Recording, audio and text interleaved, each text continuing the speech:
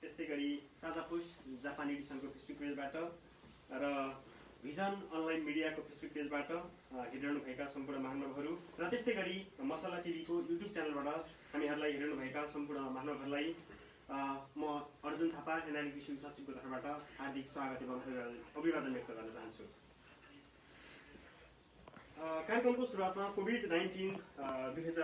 COVID-19 को पछिल्लो update बारे अलिकति जान्न चाहन्छु र अहिले जापानमा 13,441 जना चाहिँ संक्रमित हुनुहुन्छ भने 312 जनाले चाहिँ ज्यान गुमाइसक्नु भएको छ।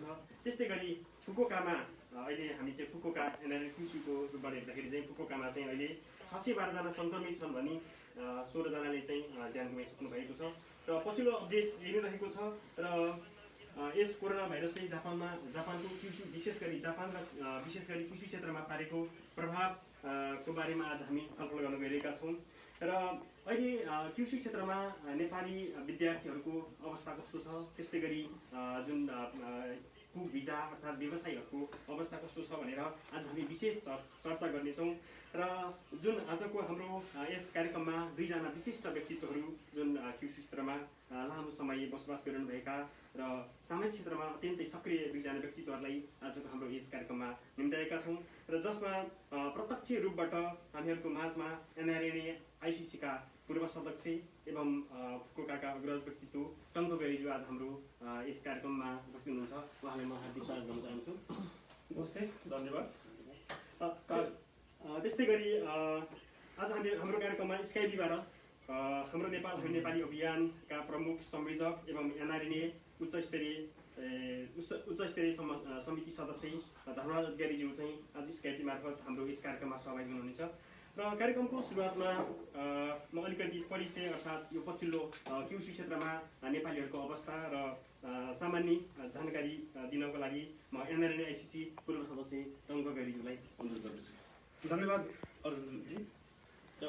एनआरएन कृषिको यो सूचना सम्प्रेषण समितिको सम्पूर्ण साथीहरू र साझा पोस्ट लगायत आजको यस कार्यक्रमलाई हेर्न भ्याउने अथवा नभ्याउने विश्वभरि छरिरहनुभएका नेपाली साथीभाइहरूलाई म समग्र रूपमा अभिवादन गर्न चाहन्छु। हामी अत्यन्तै विषम परिस्थितिमा छौँ। यो नपत्याएको फाँडोले पोल्छ भने चाहिँ तपाईँको हिजो चाइनामा चाइनाको वुहान सिटीमा देखिएको आज 4 महिना पनि नबित्दै तपाईँ हामी सबै नै त्रसित छौँ। विश्व नै आज मौन युद्धमा फसिएको अवस्था छ, जसले गर्दा हामी विश्वभरि छरिरहेका नेपालीहरू पनि करिब 2200 भन्दा माथिको हाराहारीमा हामी अहिले यसबाट प्रभावित छौँ र 50 भन्दा बढी चाहिँ हामी यसबाट ज्यान गुमाउनेमा परिसकेका छौँ नेपालीहरूमा र जसमा अलिकति बढी चाहिँ असर इकोमा परिरहेको छ। अहिलेसम्मको जानकारी अनुसार चाहिँ इकोमा मात्रै 33 जनाले ज्यान गुमाइसक्नु भएको छ। त्यसै गरी युएसमा पनि 10 जना जति ज्यान गुमाइसक्नु भएको छ।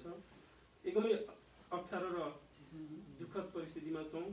तर हाम्रो कृषिको हकमा हो भने अहिलेसम्म खासै त्यसरी हाम्रो नेपाली समुदायमा असर गरेको छैन।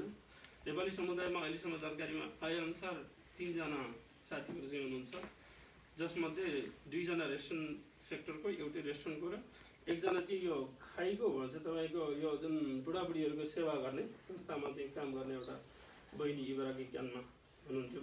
22 वर्ष हुनुहुन्छ सायद उहाँ चाहिँ अहिले उपचार भइसकेको अवस्था छ भनेको निको भइसकेको अवस्था छ र बाँकी 2 जना अहिले उपचारकै क्रममा जो स्वास्थ्य लाभ लिइसक्नु भएको अवस्था छ। र कृषिको हकमा हो भने हामी अहिलेसम्म सुरक्षित छौँ, तर सुरक्षित छौँ भनेर केयरलेस हुनु भएन है।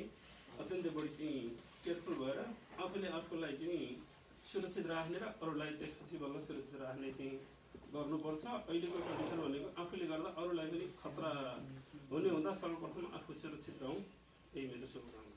हस्, धन्यवाद। वास्तवमै अहिले हाम्रो कृषि क्षेत्रमा विशेष गरी हामी नेपालीहरूमा जुन नै नभएको उहाँले जानकारी गराइसक्नु भएको छ र त्यस सँगसँगै अब हामी स्काइपीमा हाम्रो नेपाली अभियानका प्रमुख संयोजक एवं एनआरएनए जापान उच्च स्तरीय समिति सदस्य धर्मराज अधिकारीज्यूलाई हामी स्काइपी मार्फत जोड्न चाहन्छौँ र त्यस पछाडि पुनः हामी एनआरएनए आइसिसी पूर्व सदस्य टङ्को गैरीज्यूसँग फेरि हामी पुनः आउनेछौँ र अहिले हामी यतिखेर स्काइपी मार्फत धर्मराज अधिकारीज्यूलाई चाहिँ जोड्न जान गइरहेका छौँ र हामी उहाँसँग चाहिँ केही संवाद गर्न गइरहेका छौँ। र यतिखेर हामी धर्मराज अधिकारीज्यूसँगको कनेक्सनमा छौँ र अलिकति यो नेटवर्क को प्रब्लम हुनसक्छ। अहिले हामी यहाँ कनेक्सनमा जाँदै नै छौँ र उहाँसँग हामी यो नेपाली विद्यार्थीहरूको अवस्थालाई चाहिँ बढी हामी फोकसिङ गरेर हामी चर्चा गर्नेछौँ र त्यो सँगसँगै हाम्रो लाइभ हेरेर बसिरहनुभएका महानुभावहरूसँग को कमेन्टलाई पनि लिएर हामी उहाँहरूसँग चाहिँ केही जिज्ञासा छ भने तपाईँले राख्न सक्नुहुनेछ र ती कुरालाई हामीले उहाँहरूसँग सम्बन्धित दुवैजना आजको हाम्रा अतिथिहरूसँग चाहिँ हामी राख्नेछौँ। र यतिखेर हामी हाम्रो हामी नेपाली अभियानका प्रमुख संयोजक एवं एनआरएनए जापान उच्च स्तरीय समिति सदस्य टङ्को गैरीज्यूलाई धर्मराज अधिकारीज्यूलाई जोड्न गइरहेका छौँ र उहाँलाई हामी स्काइपमा अहिले कनेक्सन गरिरहेका छौँ।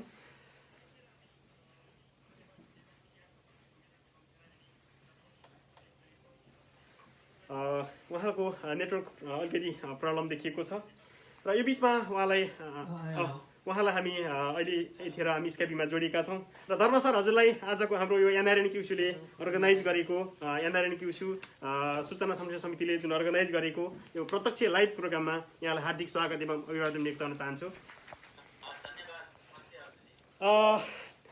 सर अब अहिले हजुर त अहिले हाम्रो हामी नेपाली अभियान जुन क्युसुमा सक्रिय रूपबाट चाहिँ अहिले विभिन्न कामहरू गरिरहेको छ, अलिकति यो हाम्रो हामी नेपाली अभियानले चालेको कदमको विषयमा अलिकति बताइदिनुहोस् न सर।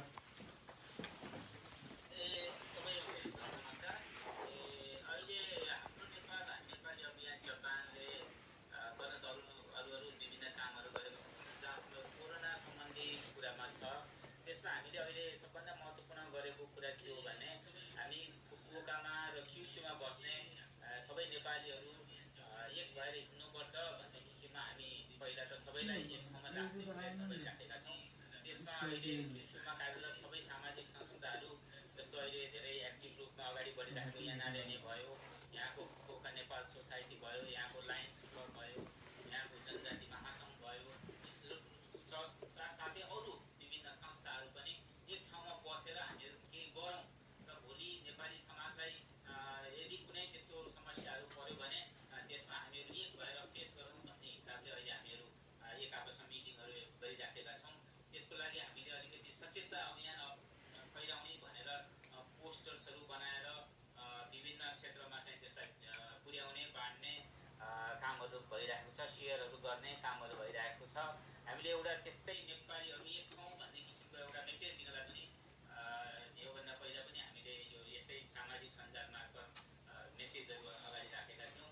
त्यसपछि अहिले सबभन्दा महत्त्वपूर्ण कार्य हामीले गर्दै राखेको भनेको यो राहत कोष एउटा बनाऊ क्युसुमा क्युसुका नेपाली दाजुभाइ दिदीबहिनीहरूलाई इनकेस भोलि त्यस्तो दुःख पर्दाको दिन केही सहयोग गर्न सकियोस् भनेर हामी सबैले छुट्टा छुट्टै रूपमा नभइकन एकै ठाउँमा बसेर एउटै किसिमबाट एकताबद्ध भएर एउटा राहत कोष बनाऊ भनेर अहिले हामी त्यसमा कार्यरत छौँ र सबै सङ्घ संस्थाका साथीभाइहरूले आफ्नो क्षेत्रमा चन्दा राहत कोष उठाइराख्नु भएको छ र त्यसलाई हामीले एक मूल ठाउँमा राखेर त्यहाँबाट हामी वितरण गर्दैछौँ। त्यसपछि अब हामीसँग सम्बन्धित भएका अभियानका साथीहरू विभिन्न क्षेत्रमा चाहिँ खास गरी स्कुल कलेजमा रहनुभएका साथीहरू हुनुहुन्छ, उहाँले आफ्नो क्षेत्रमा चाहिँ त्यहाँ हुने विद्यार्थीहरूलाई निर्देशन गर्ने, उनीहरूलाई सिकाउने, बुझाउने कुरामा लागिराख्नु भएको छ र भगवान्को कृपाले अहिलेसम्म क्युसुमा त्यस्तो दुःख परेको स्थितिहरू छैन र हामी आशा गरौँ, भगवान्सँग प्रार्थना गरौँ यो स्थिति कायमै रहिरहोस् भन्ने हामी त्यही राख्छौँ। अहिले यति नै राख्छौँ। हस्, धन्यवाद। हजुरले जुन अभियान चालेको कुराहरू जुन बताउनुभयो त्यो एकदम महत्त्वपूर्ण काम बुझ्यो। र त्यसपछि अलिकति एउटा यो जापान सरकार र नेपाल सरकारले जुन अहिले कोभिड-19मा क्युसु क्षेत्रमा हेर्ने दृष्टिकोणमा चाहिँ हजुरले कस्तो पाइरहनु भएको छ, जुन एम्बेसी र यो जापान सरकार अर्थात् नेपाल सरकारले हामी नेपालीहरूलाई कस्तो खालको चाहिँ कामहरू गरिरहेको छ र त्यसबाट तपाईँ सन्तुष्ट हुनुहुन्छ सर?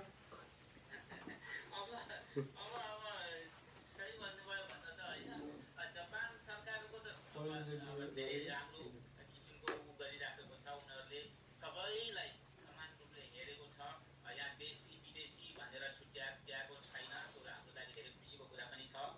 यहाँ जापान सरकारले दिने राहतमा पनि कुनै विभेद गरेको छैन जहाँसम्म हाम्रो जानकारीमा छ।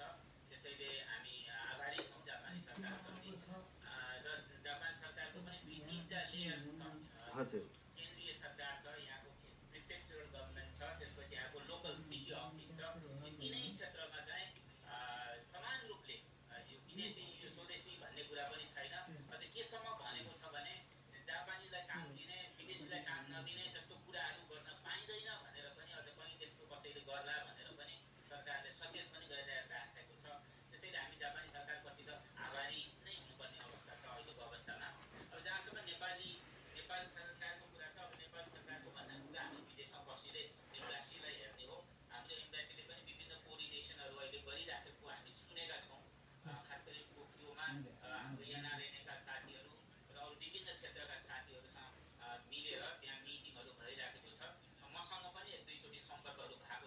हजुर। के छ कसो छ यहाँको स्थितिहरू के छ भनेर पनि सोध्नु भएको थियो एम्बेसीको सरहरूले पनि।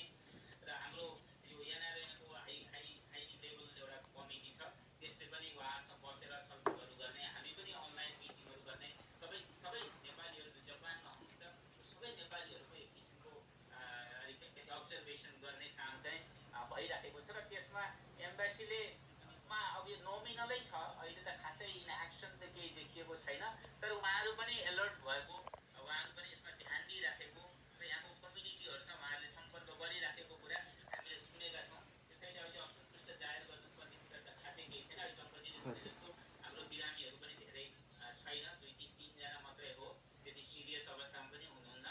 त्यसैले चाहिँ ठिकै छ, लेट्स होप राम्रै होला, उहाँहरूले पनि राम्रै हेरिराख्नु होला। र वी विश, हामी कामना गरौँ हाम्रो एम्बेसीले हामी नेपालीहरूको एउटा संरक्षकको नाताले भोलिका दिनहरूमा पनि राम्रोसँग नेपाली समाजको संरक्षण गर्न सफलता मिलोस्। हामी पनि उहाँहरूलाई सहयोग गर्न तयार छौँ हाम्रो ठाउँबाट। यही कुरा हस् सर, धन्यवाद सर। अर्को एउटा चाहिँ हजुर जुन एउटा कलेजको चाहिँ डिरेक्टरको हिसाबले पनि हजुरले चाहिँ यो विद्यार्थीसँग सम्बन्धित क्वेसनहरू अलिकति यो यहाँ जुन क्युसीमा चाहिँ आइरहेको छ, एउटा चाहिँ के छ भने यो जुन क्युसीमा रहेका अधिकांश विद्यालयहरू त अहिले भनौँ जापानभरि नै बन्द नै छन्, तर यो बन्दको बेलामा पनि विद्यार्थीहरूले चाहिँ नपढिकन पनि कलेज फी तिर्नुपर्ने भन्ने खालको एउटा छ। र अर्को चाहिँ कतिपय कलेजहरूले चाहिँ छिट्टै नै यो कलेज फी तिर्नु पर्यो भनेर चाहिँ दबाब दिइरहेको कुरा पनि छ। र अनि अर्को चाहिँ उहाँहरूको चाहिँ पार्ट टाइम जब चाहिँ नभइरहेको अवस्थामा, यस अवस्थामा चाहिँ उहाँहरूलाई चाहिँ हामीले के सुझाव दिन सक्छौँ, अर्थात् जुन यहाँको सरकारले अर्थात् हामीले चाहिँ कस्तो खालको कदम चाल्न सकिन्छ सर, यसको बारेमा अलिकति यो आम क्युसीमा रहेका, विशेष गरी क्युसीमा रहेका नेपाली विद्यार्थीहरूको लागि अलिकति राहत हुने खालको केही कुरा हुनसक्छ सर, अलिकति बताइदिनुहोस् न। एकदम राम्रो कुरा उठाउनु भयो तपाईँहरूले। अहिले अधिकांश स्कुलहरू बन्द छन्, सरकारी स्कुलहरू त बन्द छँदैछन्। हाम्रो विदेशीहरू रहेको धेरै जस्तो जापानिज ब्याङ्क स्कुलहरू, यहाँको युनिभर्सिटिजहरू पनि पार्सियली बन्द छन्। र कतिपय जापानिज स्कुलहरू अनलाइनमा क्लासहरू चलाएका छन्। किन यो कहिलेसम्म जान्छ भन्ने थाहा पनि भएन। फेरि यो भाषा भन्ने कुरा अलिक कन्टिन्युटी गरेन भने पनि त्यसले अलिकति नेगेटिभ असर गर्छ, विद्यार्थीहरूलाई नै असर गर्छ, पढाइमा असर गर्छ भनेर सरहरूले धेरै स्कुलहरूले अनलाइनबाट क्लासेसहरू लिनुभएको छ। जस्तो क्लासमा पढाएको थियो त्यस्तै किसिमको पढाइ अनलाइनबाट नै भएको छ। मेरो प्रिन्ट्सहरू यस्तो होमवर्कहरू सबै लिन स्कुलमा हप्ताको एक दिन आउँछ, त्यसपछि फर्केर आफ्नो कोठाबाट उनीहरूले क्लास लिइराखेका छन्। त्यसैले अब जहाँसम्म फीको कुरा छ, मलाई लाग्छ बन्द भएको क्लासै नचलेको नयाँ विद्यार्थीहरू जो आउँदैछ अहिले, जुन अप्रिलमा आउने भनेको विद्यार्थीहरू छ, अब उनीहरूले त धेरै साइडै पैसा पठाएको छैन, अझै आउने कुरा फिक्स छैन होइन। र पठाएको भाइ बहिनीहरूको पैसा पनि अब स्कुलहरूले सोचिरहेछ, कतिपय स्कुलहरूले यस्तो नपढाएको बेलामा फी लिनुहुन्न भनेर सोचिराखेको छ। मलाई लाग्छ नपढाएको यस्तो लामो जस्तो 2-3 महिनै गयो भने त्यति बेलाको सायद पैसाहरू उनीहरूले लिँदैन, मलाई जहाँसम्म लाग्छ। जहाँसम्म कलेज फी जबरजस्ती अहिले तिर्नुपर्ने बेला भयो तिर भनेर जुन भनिराखेको छ, अलिकति दबाब दिइराखेको छ भन्ने कुरा जहाँसम्म लाग्छ, जहाँसम्म छ त्यो विषयमा के छ भने अलिकति विद्यार्थीहरूले पनि आफ्नो सरहरूसँग स्कुलमा कुरा गर्नु पर्यो, हाम्रो यो स्थिति छ, त्यसैले हामी अलिकति समय दिनुहोस् भन्नु पर्यो। त्यसमा स्कुलहरूले मान्छ नमान्ने कुरै छैन। यस्तो अवस्थामा जबरजस्ती कुनै पनि स्कुलले गर्दैन होला जस्तो लाग्छ। त्यस्तो गरेको काहीँ थाहा पाउनु भयो भने हामी पनि खबर पाऊँ, हामी पनि कुरा गर्न सक्छौँ, स्कुलको स्टाफहरूसँग अथवा म्यानेजमेन्टसँग कुरा गर्न पनि सकिन्छ। त्यसकारण त्यस्तो जबरजस्ती चाहिँ नहोला भन्ने म आशा गर्छु। र हाम्रो स्कुलहरूमा त्यस्तो छैन, हामी जहाँ सम्पर्कमा छौँ त्यस्तो हामीले सुनेका छैनौँ। जहाँसम्म पार्ट टाइम जबको सवाल छ, अब बिस्तारै भन्ने स्थितिहरू पनि छ अलिकति होइन। तर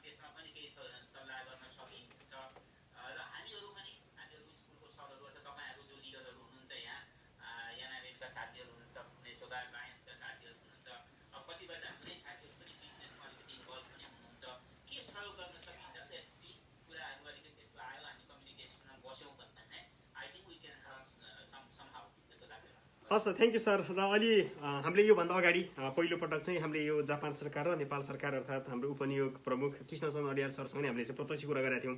यो जापानबाट चाहिँ भिजा सकेर नेपाल जाने कन्डिसनमा चाहिँ भिजा थप्न सकिने खालको कुराहरू उहाँले दिनुभयो र नेपाल गएको अवस्थामा भिजा सकेको बेलाको चाहिँ अलिकति स्पष्टता नभएको भन्ने खालको चाहिँ धेरै जनगुनासोहरू आइरहेको थियो। र यसको विषयमा जो मान्छे अर्थात् जो विद्यार्थी अर्थात् जुन वर्किङ गरेका जो व्यक्ति चाहिँ नेपाल जानुभएको छ उहाँहरूको भिजा सकेको अवस्थामा चाहिँ के हुनसक्छ सर? यसमा अलिकति हजुर के जानकारी छ? यसको के छ भने मलाई धेरै विद्यार्थीहरूले सम्पर्क गर्नुभएको थियो। आज पनि मलाई नेपालबाट फोन आइराखेको थियो, 2-4 दिन पहिला पनि कुरा भएको थियो। म त्यो कुराहरू थाहा पाएपछि म यहाँको इमिग्रेसनसँग पनि मैले आफूले कन्ट्याक्ट गरेर फोन गरेर सोधेको पनि थिएँ। यसमा के छ भने अलिकति बुझ्नै पर्ने कुरा के छ भने हाम्रो विद्यार्थीहरू जो कलेजको स्टुडेन्ट हो, यहाँ जापानिज भाषा स्कुल सकेर अथवा कलेज गएर अनि बिदाको बेलामा नेपाल गर्थ्यो। अहिले उनीहरूको भिजा एक्सटेन्सन गर्ने जुन टाइम थियो अप्रिलमा, मेमा, जुनमा जो टाइम छ जुन त्यो टाइममा सिद्धियो, उहाँ हुँदै सिद्धियो भने यदि उहाँ यहाँको स्कुलको ऊ चाहिँ के विद्यार्थी हो र उहाँ हुँदा सिद्धियो, जानुभन्दा पहिला उसले एप्लिकेसन गरेर गएको है, यहाँ भिजा एक्सटेन्सनको एप्लिकेसन गरेर नेपाल गएको थियो तर आउन पाएन, बिचमै भिजा सिद्धियो उसको भने त्यो अवस्थामा चाहिँ के छ भने इमिग्रेसनले उसको रेजिडेन्स कार्ड इस्यु गर्छ, नयाँ इस्यु गर्छ र यहाँको स्कुल अथवा अभिभावक अथवा कम्पनी जसले हो उसले चाहिँ इमिग्रेसनमा गएर म यसको चाहिँ स्कुलको मान्छे हो, म यसको अभिभावक हो, म यसको कम्पनीको मान्छे हो भनेर जिम्मेवार मान्छे गएर त्यो कार्ड लिएर आउने र त्यसलाई नेपाल पठाउने, त्यो एउटा बाटो हो। अर्को जसले एप्लिकेसन गरेकै छैन, जसले यहाँ फर्स्ट इयरको विद्यार्थी थियो, सेकेन्ड इयरको विद्यार्थी थियो, नेपाल गयो, बिचमा सिद्धियो, उसको भिजा सिद्धियो तर उसको यहाँ एक्सटेन्सनको भिजा एप्लिकेसन छैन भने त्यो केसमा के छ भने उसको बिगिनिङबाटै लिनुपर्ने सिओई सर्टिफिकेट अफ एलिजिबिलिटी नै उसले अप्लाई गर्नुपर्ने भन्ने छ। तर राम्रो कुरा के छ भने इमिग्रेसनले कन्सिडर के गरेको छ भने त्यो सबै डकुमेन्ट जुन हामी फेरि बुझाउँछौँ सुरुमा त्यो बुझाउनु पर्दैन। अहिले खालि 5 पन्नाको एप्लिकेसन फर्म र अनि रिजन किन उहाँ आउन सकेन भन्ने कुराको एउटा रिजन पेपर बनाएर सम्बन्धित कलेजले गर्यो भने उसलाई चाहिँ सिओई दिन्छ। सिओई दिएपछि त्यसलाई नेपाल पठाएर नेपालको एम्बेसीमा गएर भिजा लिएर यहाँ आउन सक्छ है, त्यो प्रक्रिया छ र त्यो चाहिँ स्टुडेन्ट मात्र होइन कि सबैकोमा त्यही लागु छ। तर अहिले भर्खर मैले के सुन्दैछु हिजो अस्ति भने हाम्रो एम्बेसीमा पनि यो कुरा प्रब्लम भइरहेछ, त्यसैले नेपालबाटै उनीहरूलाई भिजा दिनको लागि पनि केही प्रोसेसहरू चलाउन सकिन्छ कि भन्ने किसिमको रिक्वेस्ट उहाँहरू पनि गर्दै हुनुहुन्छ। तर मलाई लाग्छ त्यो त्यति सजिलो छैन, उतापट्टि सजिलो यतैपट्टि छ, यतैपट्टि सिओई दिएर अरू कुनै सर्टिफिकेट डकुमेन्टहरू केही बुझाउनु पर्दैन। ऊ यहाँको सेकेन्ड इयर थर्ड इयरको विद्यार्थी हो, मेरो विद्यार्थी हो भनेपछि स्कुलले लेखेर दियो भने दिन्छ भिजा। हजुर हस् थ्याङ्क यू सर। ल अब हामी हजुरसँग चाहिँ अन्तिममा छौँ र अन्तिममा आम क्युसीवासीले सुधार गर्नुपर्ने कुराहरू हजुरको सुझाव के रहन्छ सर? सुधार त हामीले धेरै नै गर्नुपर्छ, मेहनत पनि गर्नुपर्छ, सुधार खासमा के गर्नु छ भने धेरै राम्रो छ यहाँको स्थिति, एक किसिमले भन्दा धेरै राम्रो छ। सुधार त अब हामी के गर्ने, हामी अलि सक्षम हुनु पर्यो, हामी स्मार्ट हुनु पर्यो होइन, के हो क्राइसिस के हो बुझ्नु पर्यो। हामी नेपाली स्टाइलले मात्रै सोध्नु भएन। अब इन्टरनेसनल सोसाइटीमा बसेपछि यत्रो ठुलो ठाउँमा बसेपछि यत्रो ठुलो चुनौती आउँदा हामीले कसरी फेस गर्ने, कसरी बस्ने, यसको त्यो फन्डामेन्टल कुराहरू के हो भन्ने कुरा चाहिँ हामीले मिस गर्नु भएन क्या। यहाँ कहिलेकाहीँ के देखिन्छ हाम्रो भाइ बहिनीहरू भने अलिकति यङ भएर पनि हुनसक्छ, अलिकति रमाइलो मन पराउने भएर पनि हुनसक्छ होइन, टाइम के हो भन्ने कुरा बुझ्न जरुरी छ। अहिले हामीले क्युसुमा एकदमै मेहनत गर्नुपर्ने जस्तो तपाईँहरू एनआरएलका साथीहरूले गर्नुभएको छ, अरू संस्थाका साथीहरूले धेरै मेहनत गर्नुभएको छ। केमा भने हाम्रो भाइ बहिनीहरू एकदम सही ट्र्याकमा हिँड,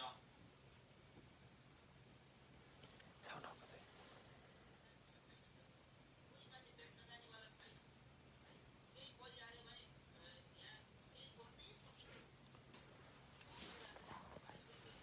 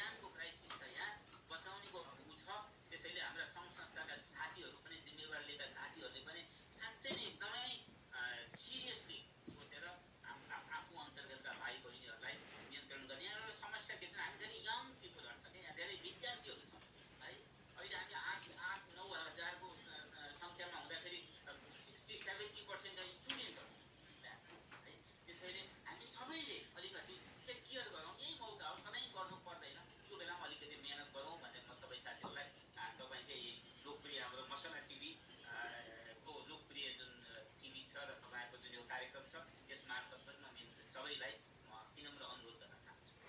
हस्, धन्यवाद सर। हजुरको जुन महत्त्वपूर्ण समय र जुन सुझाव सल्लाह लगायत क्युसीवासी नेपालीहरूमा भएको कन्फ्युजनको लागि चाहिँ जुन हजुरले महत्त्वपूर्ण भनाइहरू राखिदिनु भयो त्यसको लागि धेरै धेरै धन्यवाद ज्ञापन गर्न चाहन्छु। र पुनः हामी आवश्यक रहेको खण्डमा पछि पनि हामी यस्तै लाइभ कार्यक्रम हजुरलाई जोडिने छौँ र अहिलेको लागि हजुरलाई धेरै धेरै धन्यवाद दिन चाहन्छु सर। ल, थ्याङ्क यू सर। उहाँ हुनुहुन्थ्यो हाम्रो नेपाली अभियान तथा एनआरएनए जापान उच्च स्तरीय समिति सदस्य धर्मराज अधिकारीज्यू र उहाँ हाम्रो स्काइपी मार्फत जोडिनु भएको थियो। र अब म पुनः एनआरएनए आइसिसी पूर्व सदस्य टङ्क गैरीज्यूसँग म जोडिन चाहन्छु। र हजुरले चाहिँ एउटा सफल व्यवसायी एवं जुन नेपाली इन्डियन रेस्टुरेन्टमा चाहिँ हजुरको चाहिँ व्यवसाय छ र पछिल्लो समय यो कोरोना भाइरसले गर्दाखेरि अर्थात् यो जापानमा चाहिँ यो स्टेट अफ द इमर्जेन्सी आपतकाल घोषणा गरिसके पछाडि अहिले यहाँको व्यवसायहरू चाहिँ कस्तो अवस्थामा रहेको छ? थ्याङ्क यू क्वेसनको लागि। स्पेसल्ली म रेस्टुरेन्टसँग आबद्ध भएको कारणले गर्दा बढी गरेर नेपाली समुदायले चलाएका रेस्टुरेन्टहरू त्यो नेटवर्कसँग मात्रै म बढी चाहिँ नजिकिएको छु। किनभने तत्कालीन समयमा केही समस्या पर्यो अथवा गरी आयो भने सहयोग गर्नुपर्छ भन्ने किसिमको एउटा मानसिकता पनि हो। र रेस्टुरेन्टहरूको हकमा के छ भने बन्द गर्नेहरूको सङ्ख्या अत्यन्तै न्यून छ। धेरै जसोले चलाउनु भएको अवस्था छ र चेन्नई भन्छ हलभित्र आएर खाने कस्टमरहरू भन्दा टेकआउट लिएर जाने। त्यसपछि अहिले एउटा त्यो उबर छ है, उबरले धेरै राम्रो मेन सिटीहरूमा उबरले धेरै राम्रो काम गरिदिएको छ। म पनि त्यो उबर युज गरौँ भनेको हाम्रो 2-3 रेस्टुरेन्टमा मिल्दो रहेछ। 2-3 रेस्टुरेन्टहरूमा चाहिँ एरिया गाई भनेको एरिया पर्दो रहेछ है, एरियाभन्दा बाहिर पर्दो रहेछ। त्यसले चाहिँ राम्रो काम गरिरहेको छ र केही रेस्टुरेन्टहरू चाहिँ केही साथीहरूले बन्द पनि गर्नुभएको छ है। र बन्द गरेर साथीहरू चाहिँ प्रायः घरमै बसिदिनु भएको छ। त्यो कुरामा चाहिँ म बस्दिनु हुन्छ भन्ने कुरामा पनि व्यक्त छु। अब यति बेला तपाईँको चाहिँ मान्छेको चाप कम हुने, त्यसपछि चाहिँ प्लेनहरू सस्तो हुने, त्यसपछि चाहिँ तपाईँ यताउता परिवार लिएर बाहिर डुलघुम यताउता गर्ने त्यस्तो कार्यक्रम नराखिनु होला भनेर सम्पूर्ण चाहिँ व्यवसायी साथीहरूलाई म आह्वान पनि गर्न चाहन्छु। हस्, धन्यवाद। त्यसपछि अर्को रहेको छ हजुरको जुन व्यवसायमा चाहिँ म्याक्सिमम भनेको कुकहरू हुन्छ नि, कुकहरू भनेर चाहिँ अलिकति यो भाषाहरूमा चाहिँ कमै हुन्छन् र उहाँहरूलाई चाहिँ जस्तो जापान सरकारले जुन कुराहरू र यो जापानको चाहिँ कानुनको विषयमा पनि अलिकति धेरै जानकार हुनुहुन्न। उहाँहरूको चाहिँ अहिलेको करेन्टली समस्या र आगामी दिनमा चाहिँ कस्तो खालको समस्या लाग्छ? अब यो एकदम एक्ज्याक्ट समय है, मैले एउटा न्युज हेरेको थिएँ। तपाईँ चाहिँ युएसको हार्वर्ड युनिभर्सिटीले मेबी 2020सम्म जान्छ यो भन्नेसम्म पनि तपाईँले गरिसकेको अवस्था हो है। यो हामी यसलाई छोटो रूपमा नलियौँ, लामो समयसम्म चाहिँ त्यसले जस्तो हामी योभन्दा पहिला पनि हेरेका छौँ इन्फ्लुएन्जादेखि अरू विभिन्न है रोगहरू आएका छन्। तिनीहरू त्यही रूपमै तपाईँको इभन अहिले पनि एक्टिभ पनि छन् है। र यो पनि एक खाले डरलाग्दो रोग हो जसलाई चाहिँ तपाईँको विश्वव्यापी रूपमा चाहिँ यति सजिलै फैलियो, अत्यन्तै डरलाग्दो परिस्थिति छ। र यही अवस्था कायम रह्यो भने हामी सके बढी नभए पनि 6 महिनासम्म यही अन्य अवस्थामा रहन पर्ने अवस्था हुनसक्छ। त्यो भएर कुक साथीहरूलाई जहाँसम्म राज्यले दिने जुन एउटा अनुदान छ 1 लाख प्रति व्यक्ति दिने भनेको छ, जन्मेको बच्चादेखि लिएर सबैलाई, त्यो नेपालमा भएको हकमा पनि तपाईँको चाहिँ इनिन्जो लिएर हाम्रो सम्बन्धित निकायले चाहिँ तपाईँको त्यसलाई एप्लाई गर्न पाउँछ। र यसको डेट पनि लामो राखेको छ, सबैले पाउने सम्भावना बढी छ। र काम नभएर तपाईँको चाहिँ घरमा बस्नु पर्यो भने कुकुरलाई अप्ठ्यारो पर्छ कि भन्ने सवालमा जहाँसम्म के छ भने जापानमा अधिकांश रेस्टुरेन्टहरू के गरिराखेका छन् भने त्यो जुक्यो भन्छ, बस्ने खानेसम्म व्यवस्था कुकुरलाई गरेको अवस्था छ है। नर्मल कन्डिसनमा छ भने म मेरो आफ्नो व्यवसाय भएको नाताले मेरो स्टाफहरूलाई म चाहिँ कम्पनी चलाएको र उहाँहरूले मलाई चाहिँ सहयोग गरेको नाताले म सधैँभरि साथीहरूलाई चाहिँ अप्ठ्यारो पऱ्यो भने कम्पनीले चाहिँ टेवा दिनुपर्छ है, पाल्नुपर्छ उहाँहरूलाई भन्ने मेरो त्यो धारणा हो। र सबै साथीहरूले एक धारणा राखिदिनु अनुरोध गर्दछु है। अप्ठ्यारो परेको बेलामा चाहिँ जसले जसलाई पनि सपोर्ट गर्नुपर्छ त्यसमा चाहिँ आफूलाई सहयोग गरेको कुक साथीहरू हुनुहुन्छ है। र जहाँसम्म त्यो सिन्सेको सवालमा अहिले के छ भने पहिला हाम्रो पालामा के थियो भने प्राय नेपालमा शिक्षाको अभाव थियो, बढी गरेर दुर्गम क्षेत्रको साथीहरू मात्रै कुकमा हुनुहुन्थ्यो है, र खास अनभिज्ञ साथीहरू बढी हुनुहुन्थ्यो है। तर अहिलेको समयमा के छ भने धेरै जसो कुकमै आउने साथीहरू पनि नेपालमा बेसिक अध्ययन सिद्ध्याएर आउनुभएको छ है। कम्पनीमा समग्र कम्पनीमा एउटा राम्रो चाहिँ बेसिक अध्ययन भएको र यहाँ आएर जापानी भाषा सामान्य नलेज गरेको छ भने अहिले चाहिँ त्यो मोबाइलबाट ट्रान्सलेटदेखि लिएर सबै कुराहरूले चाहिँ त्यति गाह्रो छैन। अब के त भन्दा प्रविधिलाई कति प्रयोग गर्ने या नगर्नेमा भर पर्छ होइन। मलाई पहिलेबाट भन्न मन लाग्छ, हाम्रो एउटा नेपाली कम्युनिटी के छ भने नेपाली साथीलाई फोन गरेर त्यतिको हचाउ भर सोधेर जानेर नजानेर उसले फेरि जान्दैन भन्न गाह्रो पर्छ, उसले चाहिँ हचाउ भनिदिन्छ। त्यसैलाई फलो गरेर आफ्नो मोबाइल चाहिँ सर्च नगर्ने यो बानीलाई हटाउँ होइन। त्यो भयो भने कम्पनीमा तपाईँ चाहिँ एकजना प्राय चाहिँ जापानमा के छ भने एउटा रेस्टुरेन्टमा एउटा चाहिँ म्यानेजर बनाएर राख्ने सिस्टम छ है। ऊ चाहिँ जस अलिकति यो कुरामा ट्यालेन्ट छ, उसको सल्लाहबाट चाहिँ सबै साथीहरूले चाहिँ राहत लिनलाई त्यति गाह्रो हुन्छ जस्तो लाग्दैन। यदि गाह्रो भयो भने हामी चाहिँ एनआरएनले त्यसबारेमा धेरै कुराहरू चाहिँ गरिरहेका छौँ है। अब एनआरएन आइसिसी को त कुरै छोडे एनसिसी जापानले नै करिब 10 जना जतिको विकेट टोली बनाएको छ है, जसमध्ये हाम्रो फुकुकामा पनि एनआरएन क्युसीले पनि विकेट टोली बनाएको छ, जसले बढी गरेर भाषा तपाईँलाई भाषाको समस्या हो मेनली है। भाषा अनुवाद गरिदिनलाई भाषा अनुवाद गर्ने डक्टर साथीहरू नै हुनुहुन्छ 10 जना खासमा एनसिसीको है। त्यो भएर कहीँ अप्ठ्यारो परिआयो भने सम्पूर्ण कुक साथीहरूले आफ्नो क्षेत्रको एनआरएनसँग सम्पर्क गर्नुभयो भने अहिलेलाई सबै कुराहरू जानकारी पाउन सक्नुहुन्छ। त्यो सँगसँगै अर्को चाहिँ हजुर एउटा व्यवसायको हिसाबले पनि व्यवसायीहरूको लागि चाहिँ के कस्तो सेवा सुविधाहरू चाहिँ त्यो जापान सरकारबाट पाउन सक्ने रहेको छ, हजुरले के जानकारी छ यसमा? अब यसमा धेरै कुराहरू छन्।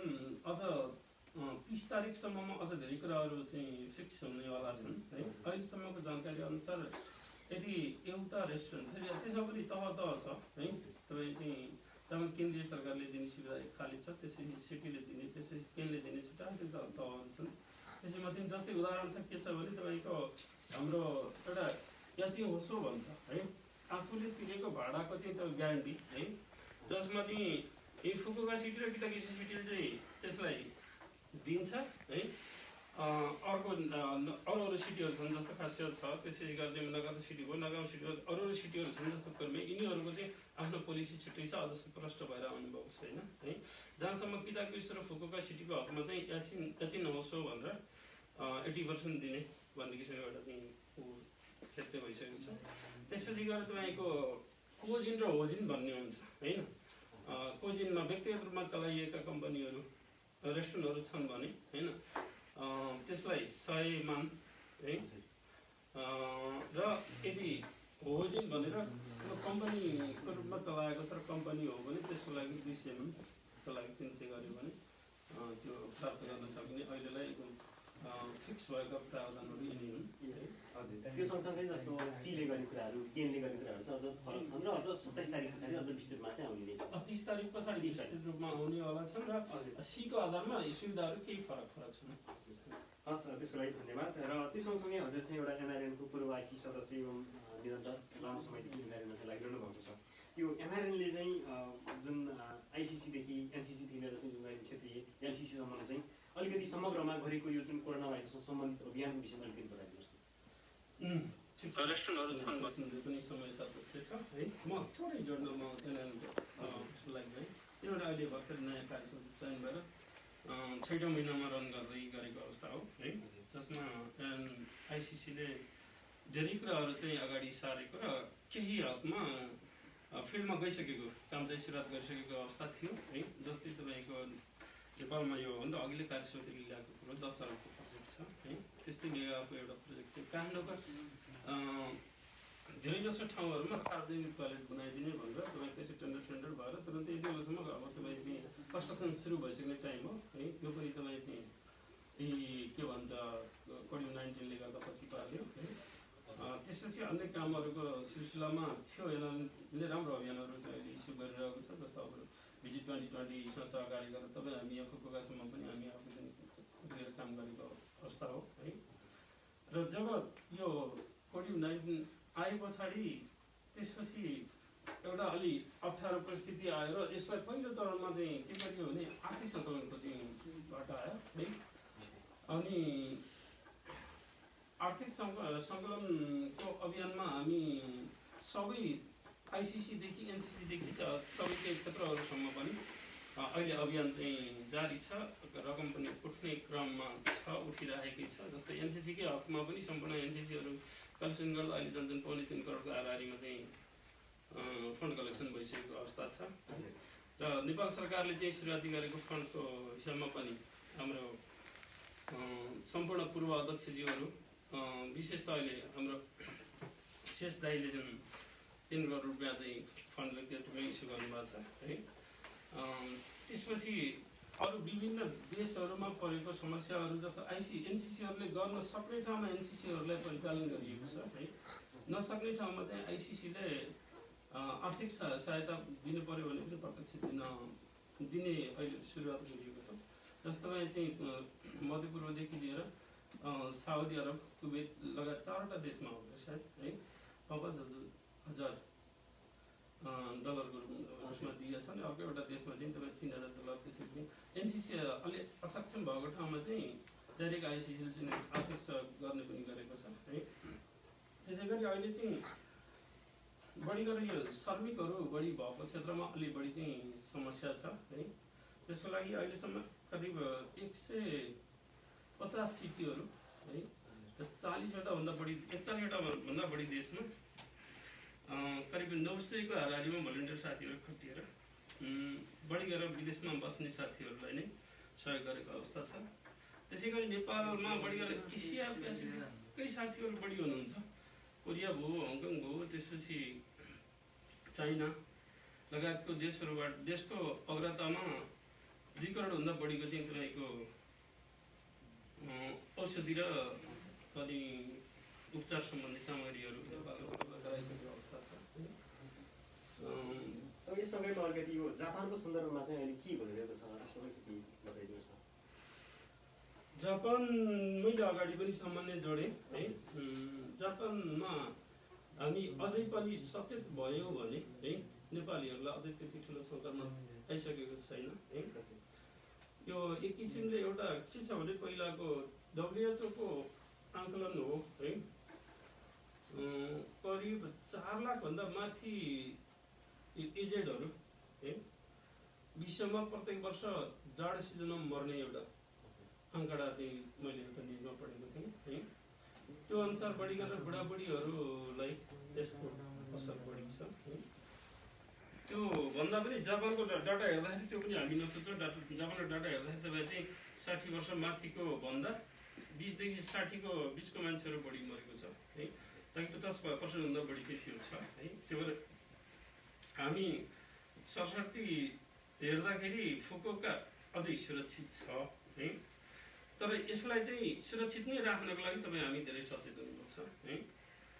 र जसमा मेनली के हो भने यो सहभागिता भिडभाड नगर्ने है।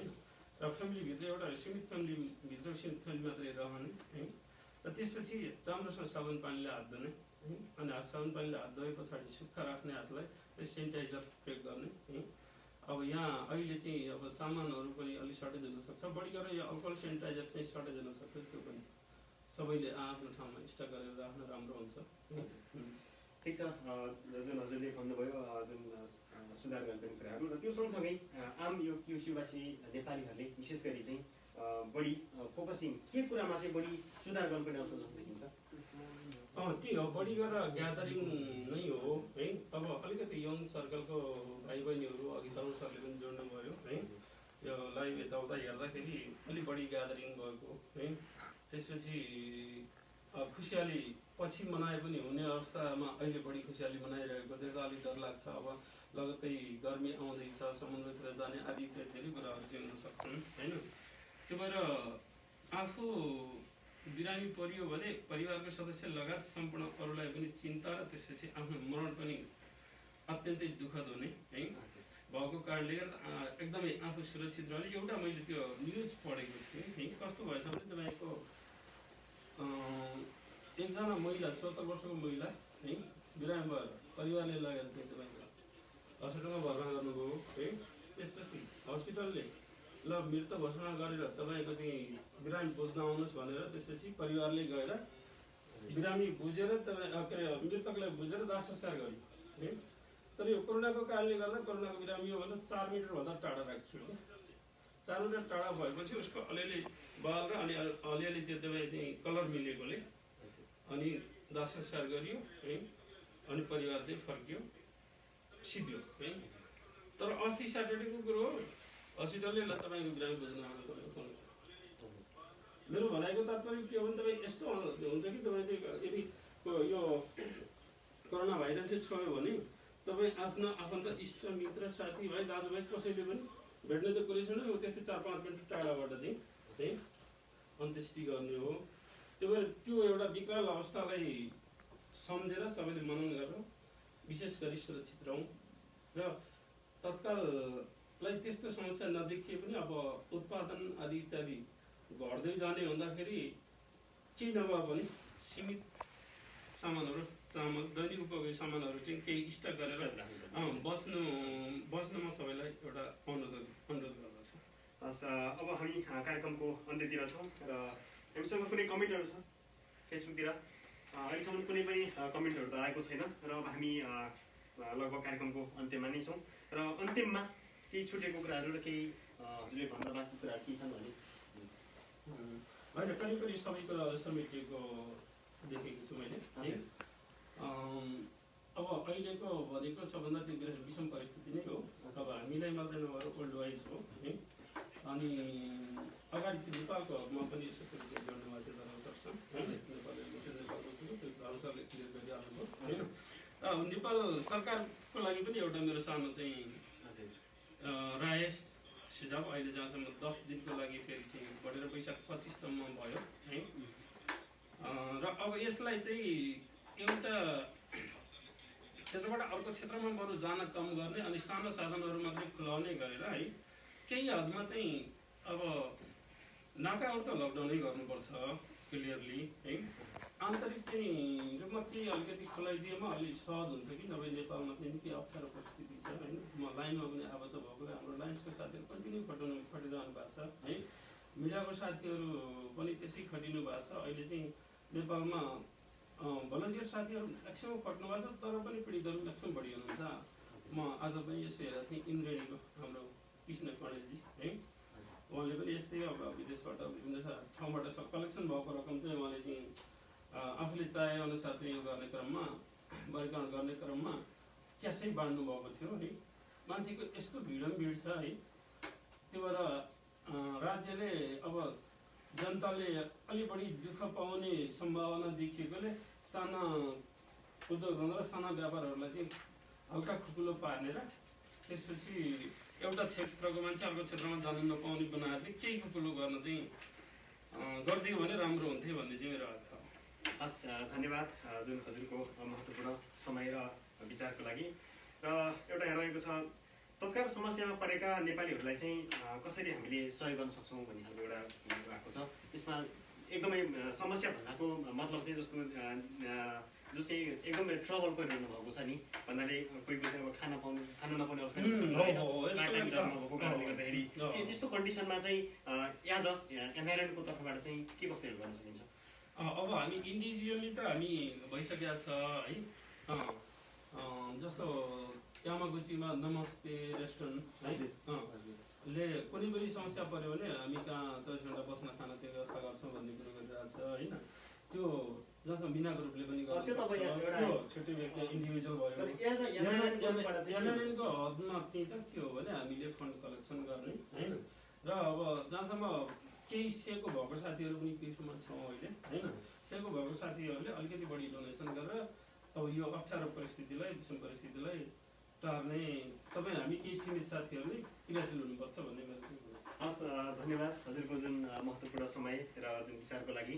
र जहाँसम्म लाग्छ क्युसीवासी आम नेपालीहरूले चाहिँ एउटा अभिभावकत्वको एउटा चाहिँ अनुभूति गरेका छन् भन्ने चाहिँ हामीले चाहिँ महसुस गरेका छौँ। र त्यो सँगसँगै एनआरएन क्युसीले चाहिँ लगभग अघिल्लो हप्ता चाहिँ नेपाल सरकार र जापान सरकारसँग चाहिँ केही अन्तर्क्रियाको रूपबाट चाहिँ हाम्रो सूचना सम्पर्क समितिका संयोजक दीपक देवकोटाज्यूले चाहिँ जुन हामी चाहिँ लाइभमा आएर चाहिँ हजुरलाई चाहिँ जुन सन्देश दिएका थियौँ र अहिले आएका छौँ र आगामी दिनमा पनि हजुरहरूको जुन कमेन्ट सुझाव सल्लाहलाई चाहिँ हामी आत्मसात गर्दै फेरि आगामी दिनमा पनि हामी आउने नै छौँ र आजको यस कार्यक्रमलाई अन्त्यसम्म हेरिदिनु भएकोमा सम्पूर्ण महानुभावलाई हार्दिक धन्यवाद ज्ञापन गर्न चाहन्छु र त्यस्तै गरी आजको हाम्रो यस कार्यक्रममा दुईजना विशिष्ट व्यक्तित्वहरू एनआरएनए आइसिसीका सदस्य पूर्व सदस्य टङ्क गरेज्यू त्यस्तै गरी हाम्रो नेपाली अभियानका प्रमुख संयोजक एवं एनआरएनए जापान उच्च स्तरीय समिति सदस्य धरुणा जति गरिज्यूलाई म विशेष धन्यवाद टक्राउन चाहन्छु र त्यस्तै गरी आजको यस कार्यक्रमको व्यवस्थापन गरिदिनु हुने सूचना संरक्षण समितिका एनआरएनए क्युसीले गठन गरेको सूचना संरक्षण समितिका संयोजक दीपक देवकोटाज्यूलाई धेरै धेरै धन्यवाद ज्ञापन गर्न चाहन्छु र त्यस्तै गरी व्यवस्थापनमा सहयोग गर्नुहुने एनआरएनए क्युसीका संयोजक देवराज उप्रेतीज्यू र एनआरएनए जापानका सदस्य रामकृष्ण शेखरज्यूलाई पनि हार्दिक धन्यवाद ज्ञापन गर्न चाहन्छु र त्यस्तै गरी मिडियाको रूपबाट जुन साझा पोस्ट र भिजन अनलाइन मिडिया सन्तमान साकेज्यूलाई पनि विशेष धन्यवाद ज्ञापन गर्दै जुन आजको यस टेक्निकली रूपबाट र जुन युट्युब च्यानलबाट हाम्रो जुन महत्त्वपूर्ण कुरालाई चाहिँ प्रसारण गरिदिनु हुने र आज टेक्निकली रूपबाट सबै कुराको व्यवस्थापन गरिदिनु हुने मसला टेलिभिजनलाई पनि हृदयदेखि नै धन्यवाद ज्ञापन गर्दै म आजको यस कार्यक्रमको सञ्चालक एनआरएनए क्युसीका सचिव अर्जुन थापा हजुरहरूबाट बिदा हुन चाहन्छु। नमस्कार।